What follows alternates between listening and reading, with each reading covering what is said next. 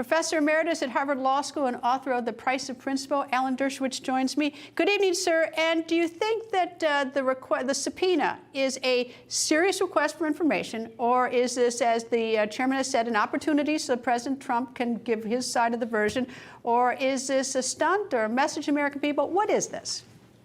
Well, it's the unanimous opinion of a unanimously anti-Trump committee, which doesn't have a single person who would dissent from anything. This is a committee that would subpoena one of Donald Trump's ham sandwiches, to paraphrase a judge about a grand jury, except that no grand juror would be allowed to serve if he had the same anti-Trump bias. No petty juror would be allowed to serve.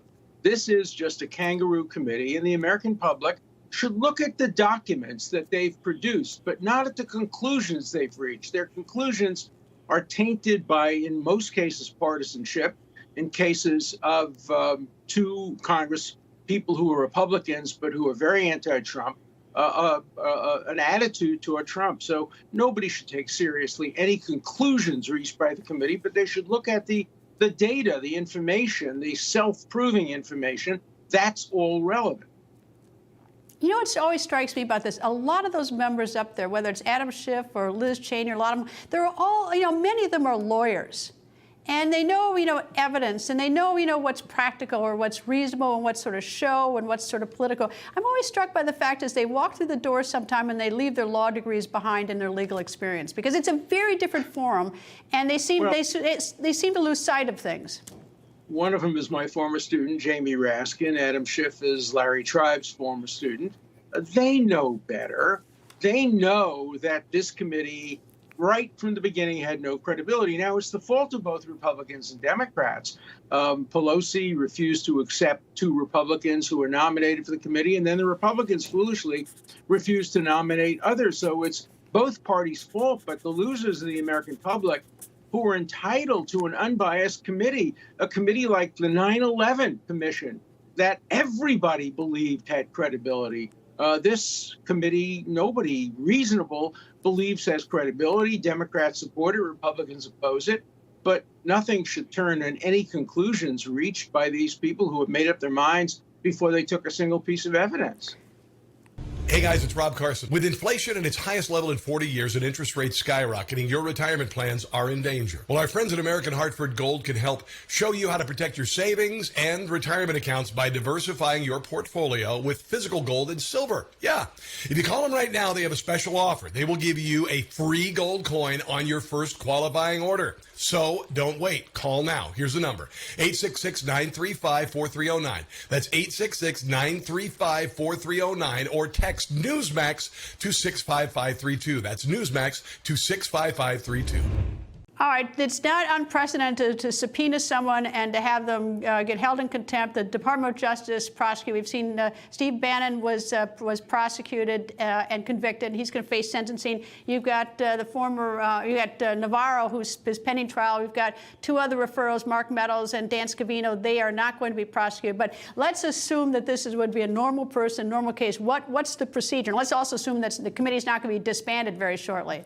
No, there are two procedures. One, the right one. That is, they should go to court and seek to have the court enforce the subpoena. That's not what they did to Navarro. It's not what they did to these other cases. So the big beneficiaries of this subpoena could be the people who have been convicted because they were improperly convicted. And if President Trump raises this issue, it will obviously get to the Supreme Court. Now, the Supreme Court turned down a request by the Trump legal team to somehow stop the ongoing investigation. That's very different.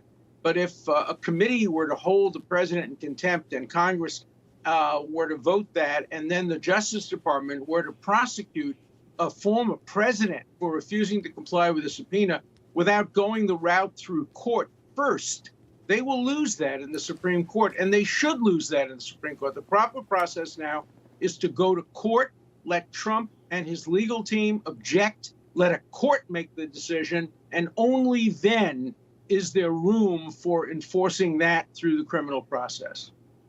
And I think it's very important to point out that it's not like January 6th is not being investigated. It is being investigated by the Department of Justice. They have grand juries. They've arrested people. They've prosecuted. It's all. I mean, this is being investigated and tried in the courts. This just so it is not like we're dismissing the seriousness of this. No, it should be investigated. What happened on January 6th was a disaster. The president's actions were dead wrong. He should be held accountable for that. People should make that part of their decision whether to have him nominated or have him run for office. But to weaponize both the criminal justice system and the congressional committee system toward a kind of partisan political goal is just wrong. And it could cause tremendous negative precedents for future presidents. So we have to worry not only about the impact on this past president, but the impact on future Democrats, some of whom obviously will be Democrats. We have to put the Constitution first. And today, that doesn't seem to be the attitude of people on this committee. Professor Dershowitz, thank you for joining me, sir. Thank you.